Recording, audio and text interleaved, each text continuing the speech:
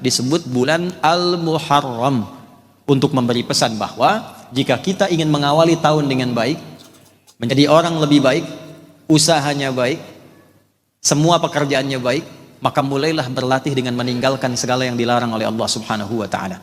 Bahkan ini tolong dicatat ya. Zaman jahiliyah saja makna Al-Muharram sudah dipraktekkan sebelum datangnya Islam. Jangan zolimi bagian tubuh kita, kata Allah begitu. Ini telinga diciptakan mendengar yang baik. Jangan zolimi telinga untuk mendengar yang tidak baik. Fala tazlimu fihinna anfusakum, jangan berbuat zalim. Kata Ibnu Abbas radhiyallahu taala anhuma, beliau turjumanul Quran, legasi penafsir Qurannya dari Nabi.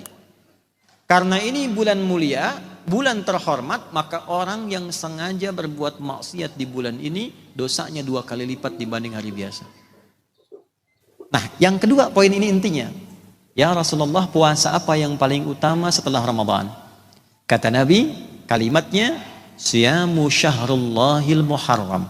Puasa yang ditunaikan di bulan Al-Muharram. Jadi amalannya, ijazahnya langsung dari Nabi, rumusnya kalau ingin berubah jadi baik, melatih bagian tubuh kita dari kepala sampai kaki jadi baik, maka banyak-banyak puasa di bulan Al-Muharram ini. Tolong bedakan, ada Muharram, ada haram, ada Al-Muharram, ada muhrim, ada ihram. Beda. Muharram segala yang diharamkan. Mencuri muharram, menipu muharram, mencela merendahkan orang itu muharram. Segala yang diharamkan, yang dilarang itu disebut dengan muharram. Hukumnya disebut dengan haram. Orang yang berupaya menanggalkan segala hal yang dilarang disebut muhrim. Pakaiannya pakaian ihram.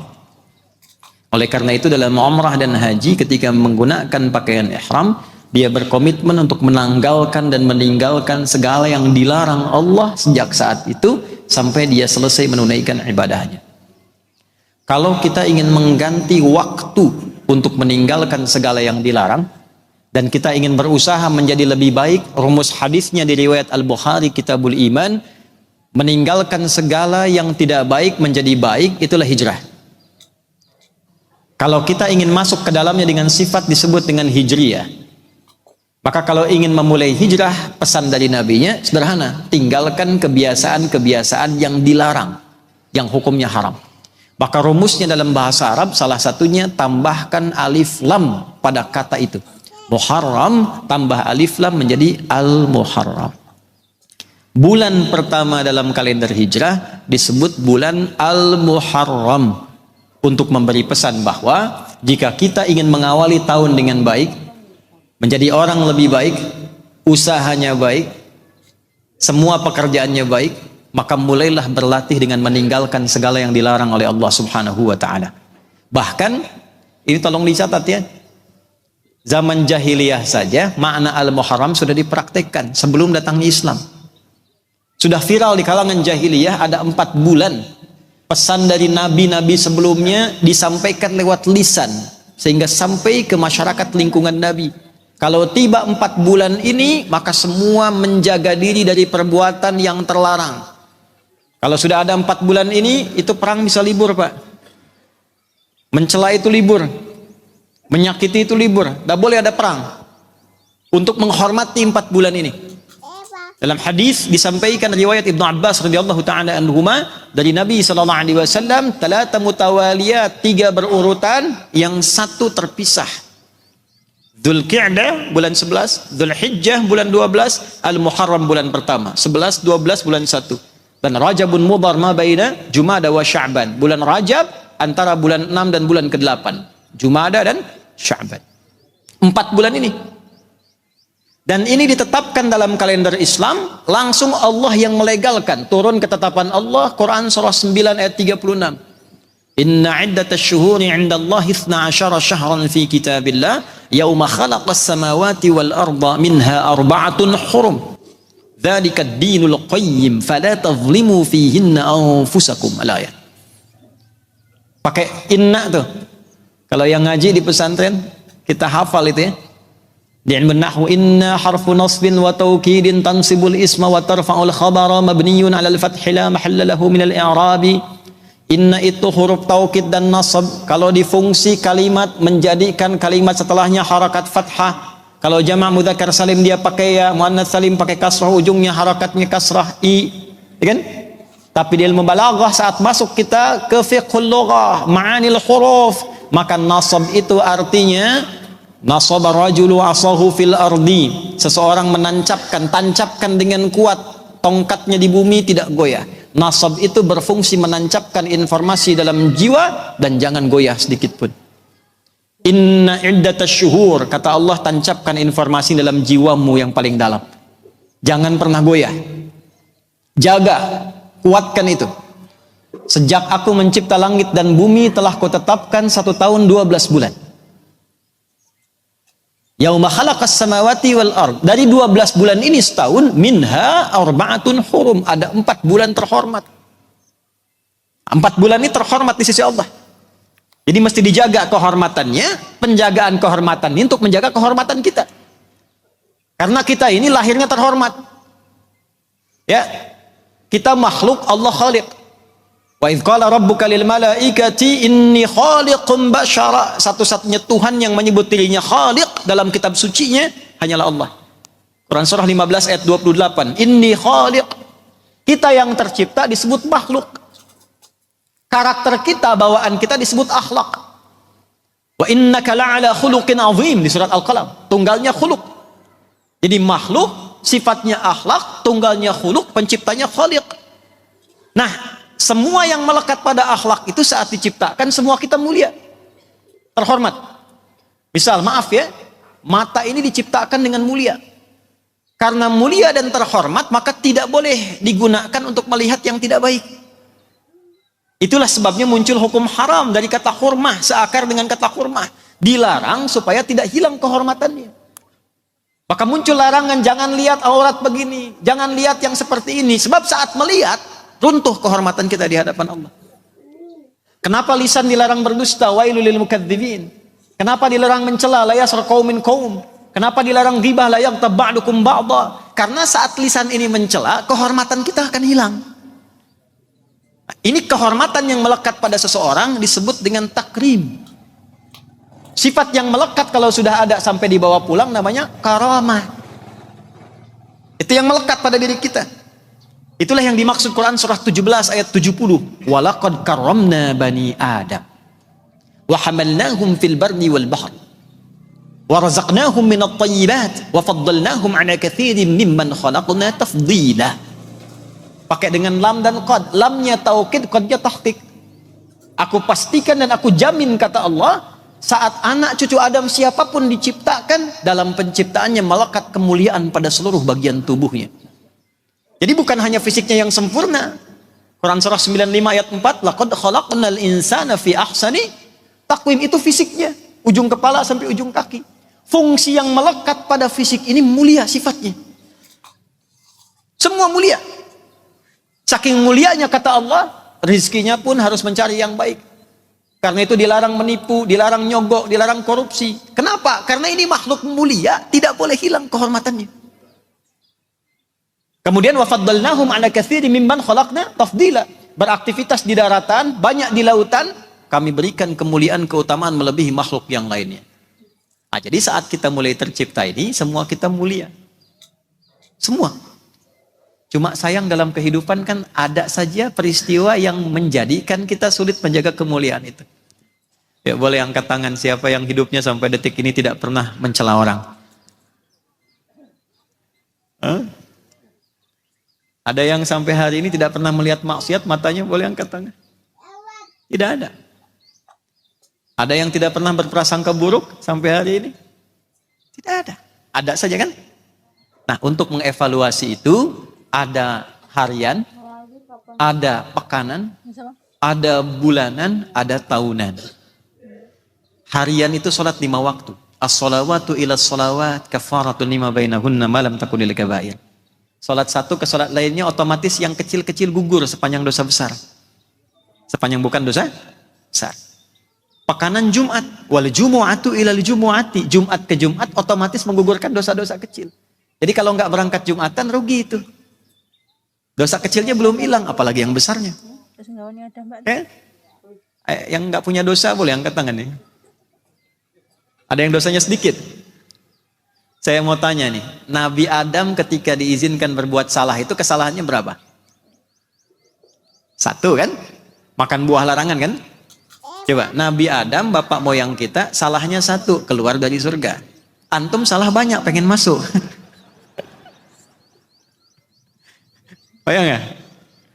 Nah, tapi memang karena Allah Rahman dan Rahim, dan Nabi kita itu begitu rohama sifatnya, sehingga kalimat Rahman dan Rahim ini menjadikan semua umatnya Nabi Muhammad khususnya tidak boleh pulang kepada Allah kecuali diberikan jalan untuk membersihkan dirinya dari dosanya. Itulah indahnya. Karena itulah Nabi selalu meminta kepada kita setiap pekerjaan sertakan kalimat Rahman dan Rahim ini. Kullu amrin dzibalin la yubda fihi bismillahirrahmanirrahim fahuwa abtar. Makan bismillahirrahmanirrahim, menulis bismillahirrahmanirrahim, makan minum bismillahirrahmanirrahim, berpakaian. Itu kalau enggak dibacakan hilang keberkahannya. Di antara keberkahan itu menjaga kita dari perbuatan maksiat. Ada orang korupsi pakai bismillahirrahmanirrahim. Minum bir, whisky pakai bismillah, kan nggak ada. Nah, kalimat bismillah itu berkahnya salah satunya menjaga seseorang dari perbuatan maksiat. Selain merubah pekerjaan bernilai pahala. Hasanah namanya. Nah, kita mengevaluasi, nanti ada pekanaan, ada bulanan. Dari tahunan sampai ketemu Ramadan, ada 4 bulan yang khusus, yaitu 3 terangkai, bulan 11, 12, dan bulan pertama. Dan sekarang termasuk di dalamnya masih bulan Al-Muharram. Jadi saya ingin mengingatkan bahwa mohon izin untuk diri kami dan kita semua jaga kehormatan bulan ini dan tolong gunakan untuk melatih diri menjadi lebih baik. Itu fungsi bulan ini. Besok misalnya latihan sepekan, jangan banyak-banyak dulu. Besok latihan mata dulu sepekan. Atau 3 hari saja dulu lah. Tidak boleh melihat yang haram-haram. Ya. Nanti setelah dari mata turun ke jangan langsung ke hati. Ke mulut dulu. Mata langsung ke hati, turun ke lisan. Hari ke-4 sampai ke-6, lisannya jaga dari cakap yang tak baik. Mau marah? Diajak gibah? Tahan. Nanti kalau sudah nyambung sepekan ada gabungan mata dengan lisan. Lihat YouTube, mau lihat kajian yang nampak maksiat. Mata langsung berpaling, ghaddul basar. Qul lil mu'minina yaghuddu min absarihim. Palingkan. Nah, itu latihannya sudah betul. Lisannya istighfar, wasari'u ila maghfirah. Astagfirullah. Udah bisa istighfar tuh. Walaupun awal-awal kadang lambat dulu tuh. Astagfirullah. Istighfar tapi masih dilihat tuh. Nah, ini bulan itu, bulan berlatih. Suami istri berlatih, anak berlatih doa untuk orang tua, berlatih mendoakan istri. Antum kalau keluar kerja, berapa kali mendoakan istri? Istri keluar berapa kali kemudian didoakan. Demikian sebaliknya. Nah, inilah bulan untuk merubah kita menjadi lebih baik. Kata Ibnu Abbas radhiyallahu taala anhuma, beliau turjumanul Quran, legasi penafsir Qurannya dari Nabi. Karena ini bulan mulia, bulan terhormat, maka orang yang sengaja berbuat maksiat di bulan ini dosanya 2 kali lipat dibanding hari biasa. Ini Muharram. Ya, nah kalau benar latihannya, maka berubahlah kita menjadi orang baik. Nah, itulah inti Islam. Jadi kalau orang sudah berislam itu pasti baik. Itu kalimat Qurannya begitu. Kalau orang sudah berislam, pasti lurus hidupnya, pasti baik jalannya. Jadi kalau Anda mengaku muslim, lisannya tidak baik, maka Islamnya dipertanyakan. Kalau mengaku muslim, maaf, kakinya melangkah pada yang tidak baik, Islamnya dipertanyakan. Itulah yang dimaksudkan Quran surah 9 ayat 36. Inna iddatasy syuhuri 'indallahi 12 syahran fi kitabillah yauma khalaqas samawati wal arda minha arba'atun hurum. Perhatikan. Dzalikad dinul qayyim. Itulah ketentuan din yang lurus. Nah, jadi kalau din kita apa? Islam. Quran surah 3 ayat 19. Inna dina 'indallahil Islam. Seseorang yang mengatakan Islam namanya muslim. Jadi kalau orang itu muslim, agamanya Islam, dia mesti lurus hidupnya. Bicaranya lurus, pandangannya lurus pada kebenaran yang hak, yang hanif, telinganya lurus mendengar yang baik-baik. Jangan zolimi bagian tubuh kita, kata Allah begitu. Ini telinga diciptakan mendengar yang baik. Jangan zolimi telinga untuk mendengar yang tidak baik. Fala tazlimu fihinna anfusakum, jangan berbuat zalim. Nah, inilah latihan kita, insyaallah masih ada 2 pekan ke depan. Jadi mudah-mudahan selama latihan ini kita dimuliakan oleh Allah, diberi kekuatan menjadi orang baik. Nah, sekarang amalannya, zikirnya apa? Nah, karena saya cuma diberi 10 menit setelah ini, karena itu saya langsung sampaikan hadis dari Nabi saja.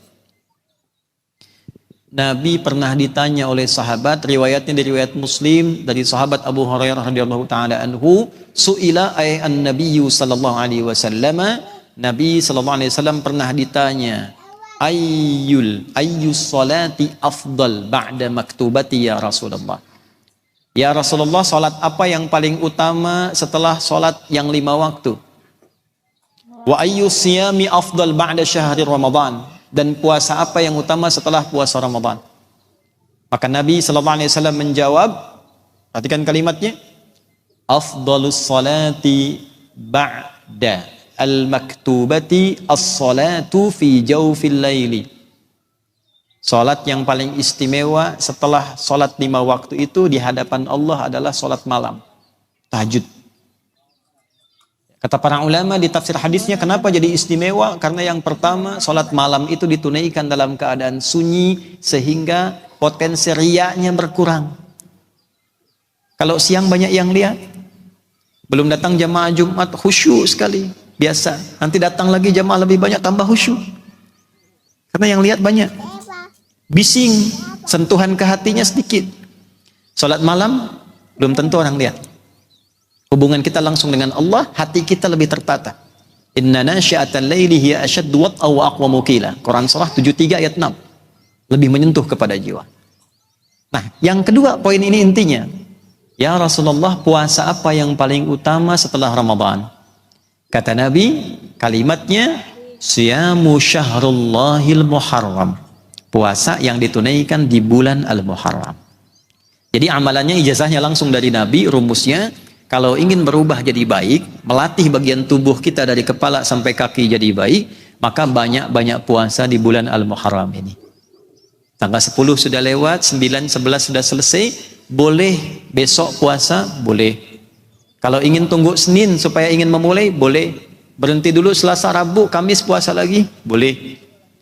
Besok ada Ayyamul Bid, kita mau puasa, boleh. Boleh perbanyak, Senin, Selasa puasa, Rabu istirahat, Kamis puasa, boleh. Mau puasa Daud tapi diniatkan di bulan Al-Muharram, boleh. Ingat, cuma puasa Daud ya, sholat Daud tak ada. Subuh sholat, zuhur tidak, asar sholat, maghrib tidak, itu tak ada ya. Nah, puasa. Jadi kita perbanyak, tapi niatnya, ingat, niatnya puasa Al-Muharram untuk memperbaiki diri kita. Kenapa puasa? Karena puasa itu amalan paling singkat yang mengumpulkan banyak kebaikan. Taat dan menghindar maksiat. Orang kalau puasa jangankan sholat fardu, sholat sunnah dikejar. Orang kalau puasa yang tak baca Quran, dia bisa baca Quran. Orang tidak puasa, ada orang minta, belum tentu diberi. Kalau puasa, dicari-cari. Itulah hebatnya puasa. Puasa mencegah maksiat. Orang puasa itu, mohon maaf, semua perbuatan maksiat pasti ditahan. Walaupun motivasi awalnya takut batal puasa. Ada tetangga itu suka marah, saya dengar cerita dari kawan, marah sekali, tiap hari marah. Waktu puasa berhenti marahnya. Buka pukul 6, 6 kurang seperempat, ada tetangga provokasi. Dia lewat sama istrinya, dia tak marah. Istrinya tanya, abang kok tak marah? Nanti habis maghrib katanya. Habis maghrib pun dia ingat, takut batal dan hilang amalannya. Maka tertahanlah itu. Maka ini yang ingin saya ingatkan untuk diri kami dan kita semua. Mudah-mudahan kita diberkahi oleh Allah Subhanahu wa taala. Ya. Dan yang terakhir saya ingin ingatkan, nama masjid ini Al-Falah. Ada fauz, ada farih, ada falah, itu beda. Kalau sukses saja belum tentu bahagia, itu fauz. Orangnya faiz, perempuannya faizah, sifatnya fauzi, mubalaghahnya fauzan. Jadi kalau ada yang namanya fauzi, faizah, fauzia, fauzan, itu orang diharapkan sukses dalam hidupnya. Walaupun belum tentu bahagia. Kalau bahagia saja belum tentu sukses, namanya fariha. Sifatnya farah. Sifat laki-lakinya farhan. Namanya farhan, diharapkan bahagia selama hidupnya. Walaupun belum tentu sukses. Kalau ingin sukses dan bahagia, maka robah kalimatnya menjadi falah. Itu artinya sukses dan bahagia, sukses dan bahagia, success and happiness. Kita diperdengarkan 5 kali sehari kata falah. Di telinga kita, bahasa Arab telinga itu udhun, jamaknya adzan. Hayya 'alal falah, sudah sukses belum? Sudah bahagia belum? Jangan-jangan pekerjaan sukses tapi belum bahagia di rumah tangga. Jangan-jangan bahagia tapi belum sukses. Maka kuncinya apa? Dekati Allah. Agungkan Allah dan dekatkan dengan sholat. Itu kunci utama falah itu. Pekerjaannya kalau diikat aflah, orangnya disebut muflih, amalan pertamanya sholat. Qad aflahal mu'minun alladzina hum fi salatihim khashi'un. Untuk itulah yang saya maksudkan, nama masjid itu oleh ulama kita dibuat bukan hanya menunjuk pada nama, tapi ada sifat yang diharapkan melekat pada orang yang ibadah di masjid itu. Jadi kalau kapan lagi masuk ke sini, hilangkan semua terkait dengan dunia di luar, khusyukkan diri kita menghadap Allah sehingga Anda merasakan perbedaan ketika masuk dan keluar. Upayakan ketika masuk dan keluar dari masjid ini, kita mendapatkan perbedaan dalam hati kita. Tanda pertamanya, perhatikan kalimatnya, di Quran surah keempat ayat 100, ada kelapangan dalam hati kita. Dunia belum dapat dulu, karena dunia terlalu kecil. Orang yang mendapatkan falah yang Allah pertama berikan bukan dunia, tapi ada kelapangan dalam hatinya, kenikmatan ibadah, kedekatan dengan Allah. Berbahagialah kalau itu sudah dapat, baru dunia diberikan. Wa may yuhajir fi sabilillah yajid fil ardi muraghaman katsiran wasa'ah. Ketika hatinya sudah lapang, sudah bisa mengelola kehidupan, maka Allah berikan apapun yang bisa dia kelola, karena dia bisa berbuat lebih baik dan taat di hadapan Allah.